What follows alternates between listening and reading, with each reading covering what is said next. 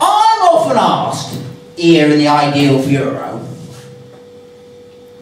what philosophers are best? Which one should I be keeping? Which one should I be bringing in new to salvage and to scrappage? German? Nah, not much market in German philosophers, not these days. English? Hasn't been a market in 500 years. No, I'll tell you what philosophers you always want to keep hold of. If ever you get a chance to get one of their ideas, hold on to it and bring it to me and I'll give you a good price for it. It's Greek. I pay good money for Greek ideas. Greek ideas never go out of fashion. But why?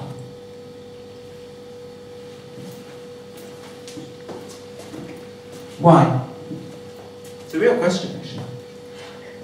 I often wonder about it. What is it that makes people always in philosophy feel the urge to go back to Greece? Is it that they're kind of reactionist? That they're kind of security? I don't think so. It was, but you'll discover what it is that gave me the clue as I carry on. Something recently that gave me the real understanding of it. You see, what I reckon is, Greek philosophy was set by their most complicated object.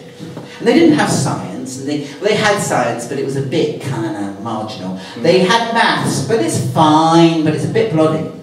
But do you know what their most complicated object was? Humanity. Greek philosophy, then, might have its drawbacks as a way to understand the world, as Aristotle would call it, qua the world. He liked his quas.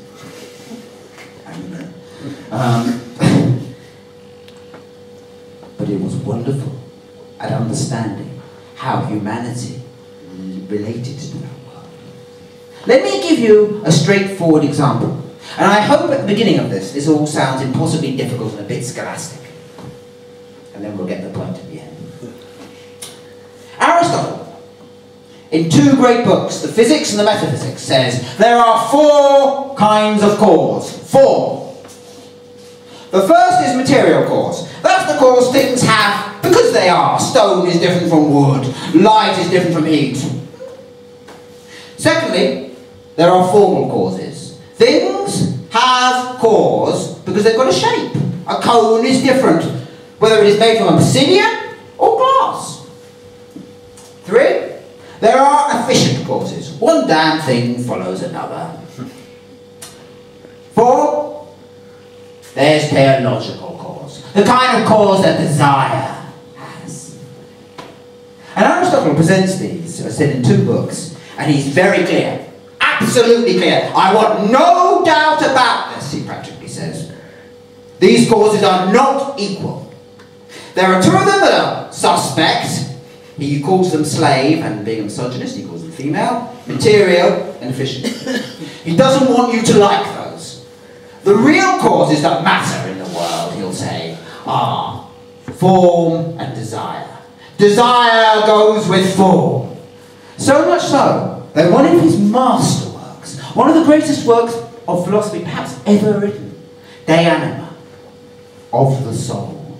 He says, you have to understand the soul by form and by end. So the soul of the eye lies in sight. And actually, that's a very profound idea. So he really means this. But would we? Have we gone much further? Let me ask you a question. That's what we said we're wondering about this. 3D printing. Isn't 3D printing the triumph of this hookup of desire and form? I mean, we can make anything, print anything. Who cares what plastic is made from? Who cares whether the chocolate has some nasty little plastic resin in it? We don't care about that any more than our forebears cared as long as the cotton was soft. As long as it was soft as silk, who minded about where it was made? The point is, material causes and efficient causes can easily get forgotten. Now, Aristotle thought this was great, but do we?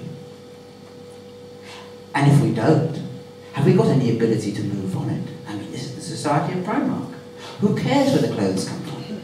Or even, who cares where the beef burgers come from? Who cares if they don't have beef? They look like burgers. Isn't that form? Desire. The same connection, being opposed to material causes. But Aristotle is scared of material causes. He's scared of them for two reasons.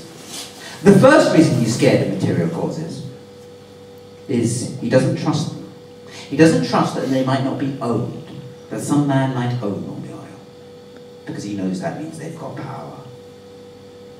But secondly, he doesn't trust them because he thinks they're a bit dodgy, they're slaves, they're women, they don't do what they say. They're not going to follow what desire wants them to follow. Isn't that a modern dilemma? In a nutshell. I mean environmentalism. For the record, there's no debate. The climate is warming up.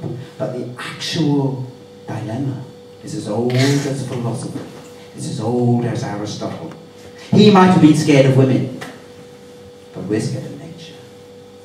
We're scared that nature might not to be able to do what we think it should do. And in that, we've not moved an iota beyond Aristotle.